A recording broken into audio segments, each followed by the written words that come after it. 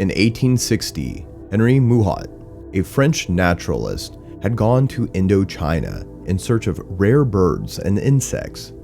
He didn't find rare birds or insects, but found monumental highways, artificial waterways, and magnificently constructed towers. These, he realized, were not ordinary buildings, but were the remnants of a splendid civilization. Unfortunately, Mouhot fell sick and died of tropical fever. His reports were passed on to others, and all the details arrived at one conclusion: that there occurred a brilliant civilization. The minute details were later on discovered by the French government, who set up an exploration commission. By 1885, they had worked up a chronology of the rulers and developed the outlines of a description of the civilization that had produced the wondrous city. They could document that Angkor had been constructed by a Southeast Asian people called Khmers. They developed militarily and technologically for 500 years.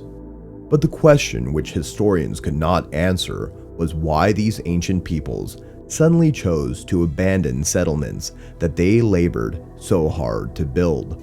The civilization began with the trade and other contracts between India and Southeast Asia.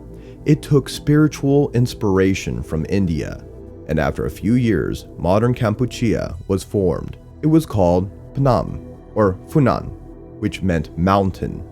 The founder of the Funan, according to the Khmer tales, was Kondinya, a Brahmin.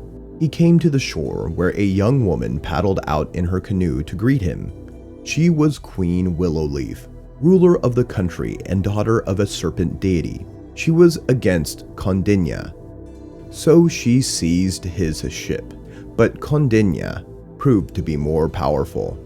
He shot a magic arrow into her craft. The queen realized that she was no match for him, so she made peace with him, and shortly afterwards, the two married. And from their union were born the ancestors of Funan rulers and generations of Khmer rulers. The kingdom progressed for 5 centuries, and then around 550 AD, the Funan kingdom was overthrown by Jayavarman II. With him started the brilliant Khmer Empire and a royal dynasty. This dynasty flourished for more than 600 years. Jayavarman, meaning protector of victory, was a military genius. He ruled for 48 years and unified the state and kept the state militarily strong. He set up a new capital on the mountain of Kulin. There he brought an Indian skilled in magic science to exorcise all foreign demons and to establish the protection of his empire by Lord Shiva. And to make his position all-powerful, he declared himself as the God King, the incarnation of Shiva. The concept provided the mantle of legitimacy for 30 Khmer kings. It also became the inspirating force behind the feverish buildings which created the urban complex on and above the plain of Angkor. The civilization of Angkor was unique as it was a mixture of 2 influences, Indian and Javanese. It was built with sandstone and laterite. The rectangular structure, 2,800 by 3,800 feet, faces west. In Hindu belief, the direction taken by the dead when going to their next life. Jayavarman created a hereditary office of high priests to assist in the task of administration. With him, Jayavarman established a religious hierarchy to supervise every aspect of national life. Jayavarman was followed by his nephew, Indravarman I. He ruled for 11 years and solidified his empire by building barrages and raised water storage lakes. With the facility of storage water, the condition of peasants improved. They could irrigate their land throughout the year. Indravarman's son and successor, Yasovarman I, also did much for the good of the kingdom. He constructed a funerary temple in the middle of a lake. He also created a stone pyramid and a barrage to the east of the royal city, nearly 5 square miles in size. Thus, the construction work continued from generation to generation, and the empire continued to prosper. Yasovarman was followed by Suryavarman, who kept the torch of progress burning. Between 900 and 1200, Angkor achieved great prominence because of the rise of impressive temples in Angkor, including the famous temple that became known as Angkor Wat. It was built in the 12th century during the reign of Suryavarman II, who ordered it to be built. Suryavarman II, dubbed one of the greatest Khmer kings, was a warrior king and launched many attacks on the Dai Viet, which was highly resilient and resisted subjugation.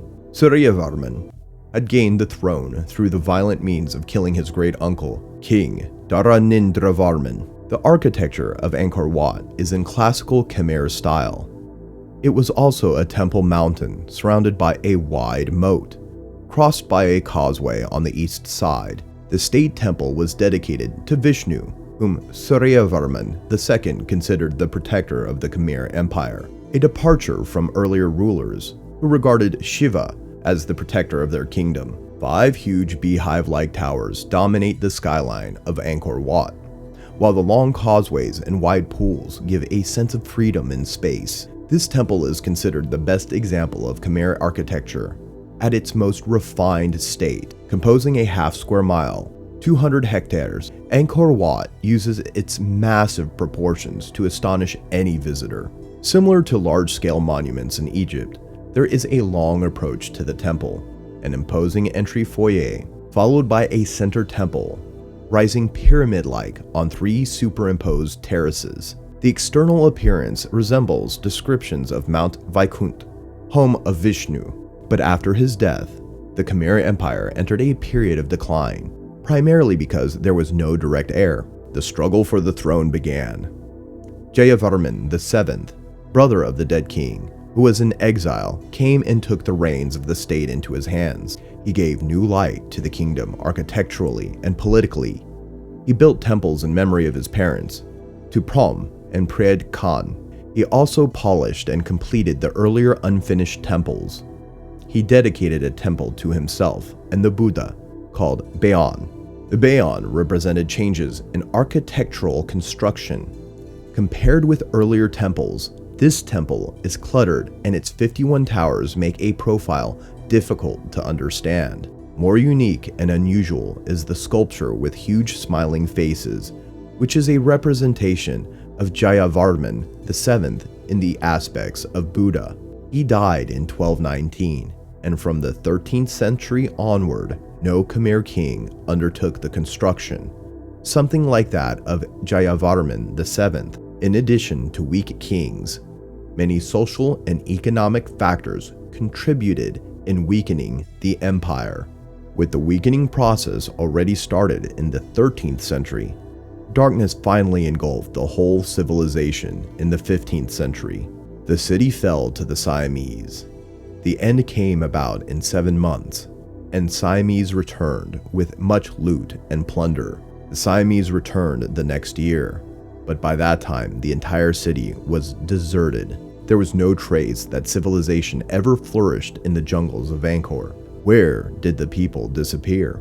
Why didn't the people with such a splendid civilization and culture fight back? These are some of the questions which are still inviting the attention of the archaeologists and historians to carry out more research.